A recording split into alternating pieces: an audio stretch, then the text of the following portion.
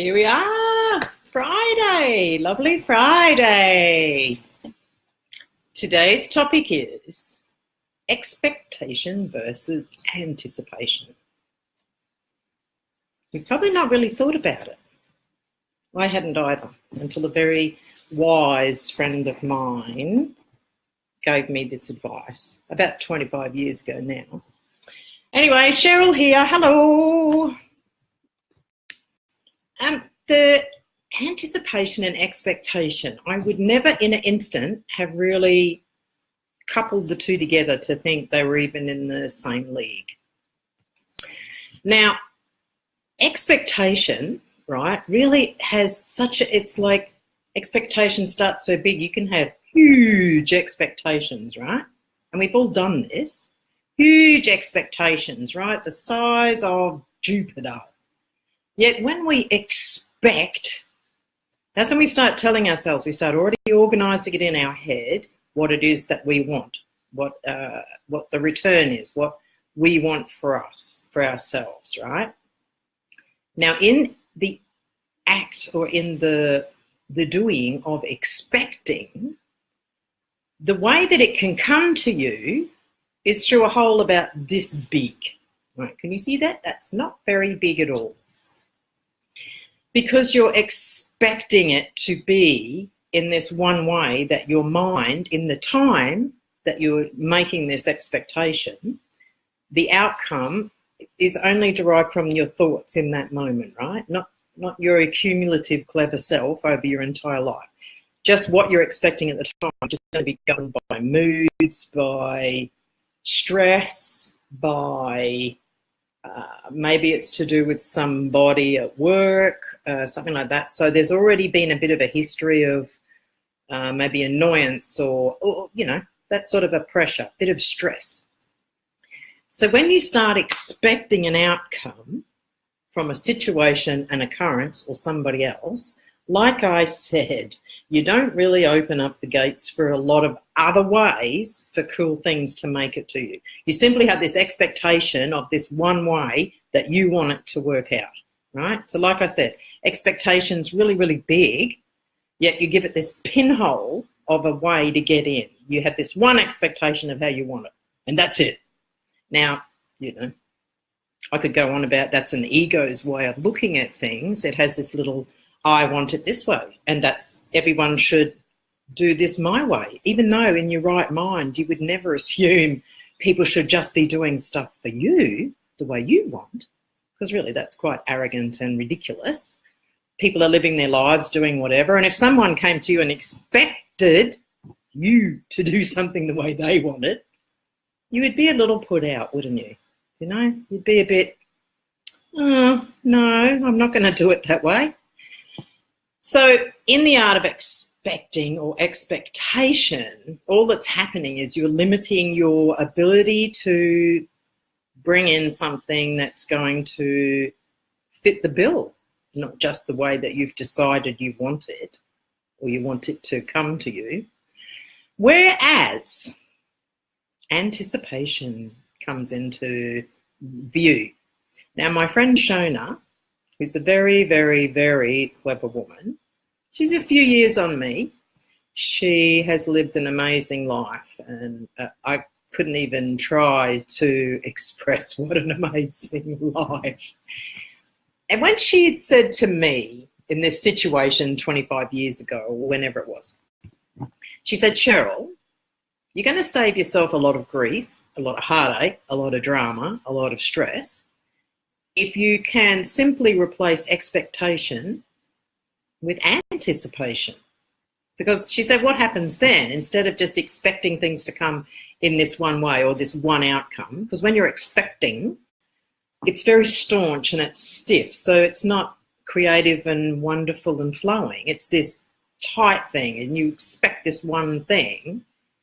Whereas in anticipation, all you're doing is throwing it off to the universe or whoever you is your, you know, who, God, whoever, right? Each to their own. In throwing it off to the universe, it can then bring it back to me because I'm anticipating anything coming. I don't have an expectation. I just know something's going to come.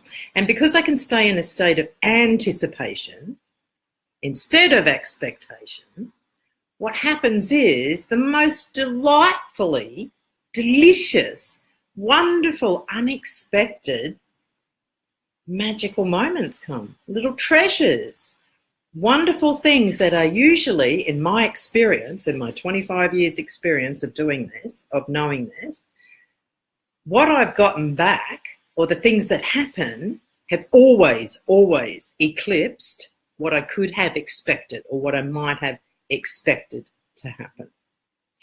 So in the art of anticipating, I opened myself up to receiving. So I could anticipate something the size of Jupiter, right? Big Jupiter. But in anticipation, I allowed the thing to stay this big to bring the outcome to me. So it could come from anywhere, anyhow, in any form.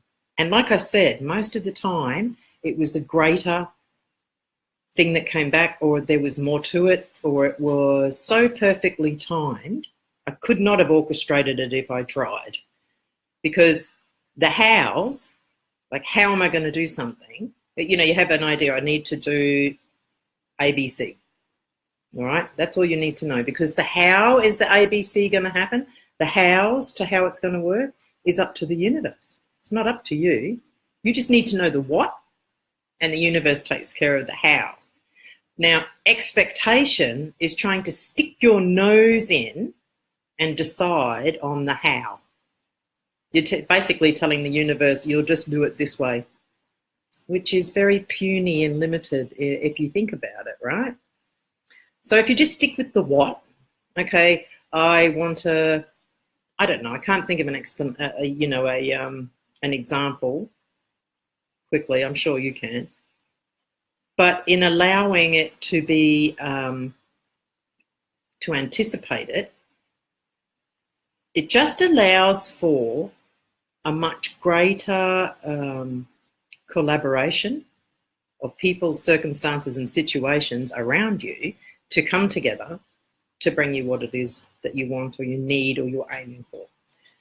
So on this lovely Friday, this beautiful Friday at my place here, bit of sun, some clouds, I'm hoping for some rain. I mean, I love all weather, but come on, I live in Queensland. I love the rain. We hardly ever get any.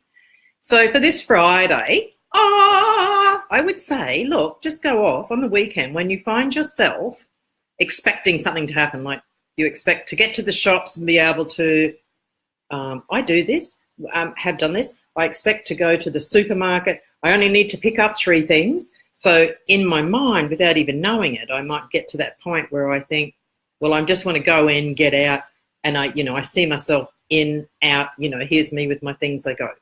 Our mind is a weird, weird, weird thing, right? And when you're trying to explain something from your mind, it sounds a bit weird.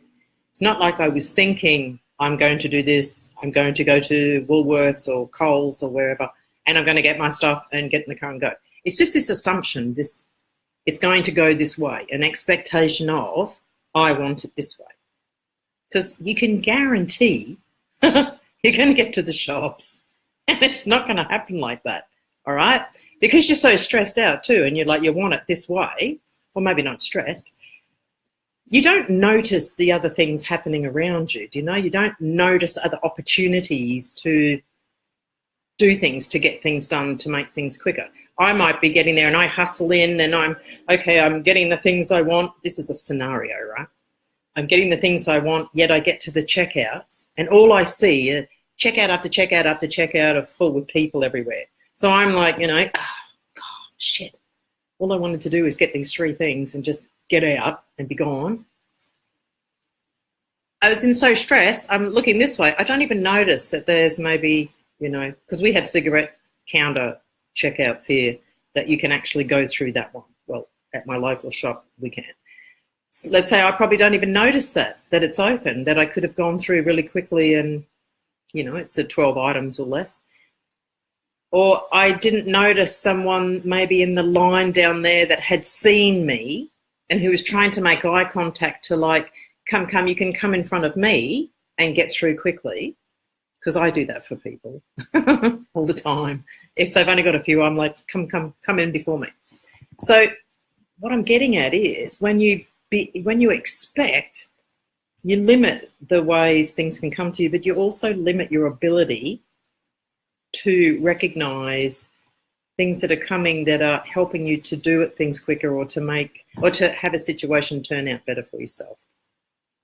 So anticipation versus expectation. Try it.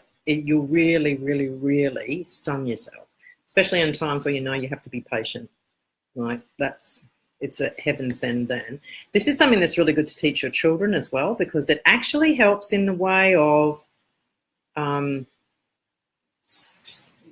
learning to not want to control everything, all right? Because you can't control squat.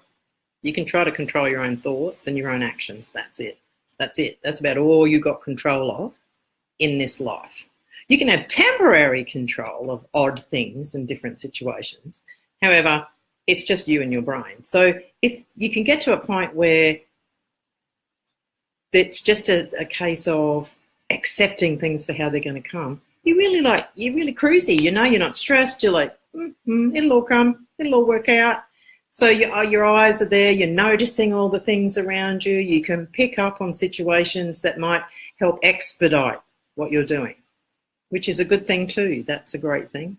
Anyway, back to the Friday. I want everybody to have a lovely weekend. Take care of yourselves. Be kind to yourself. And take a bit of time off to have a bit of bit of daydream. Daydreaming's very good for your brain.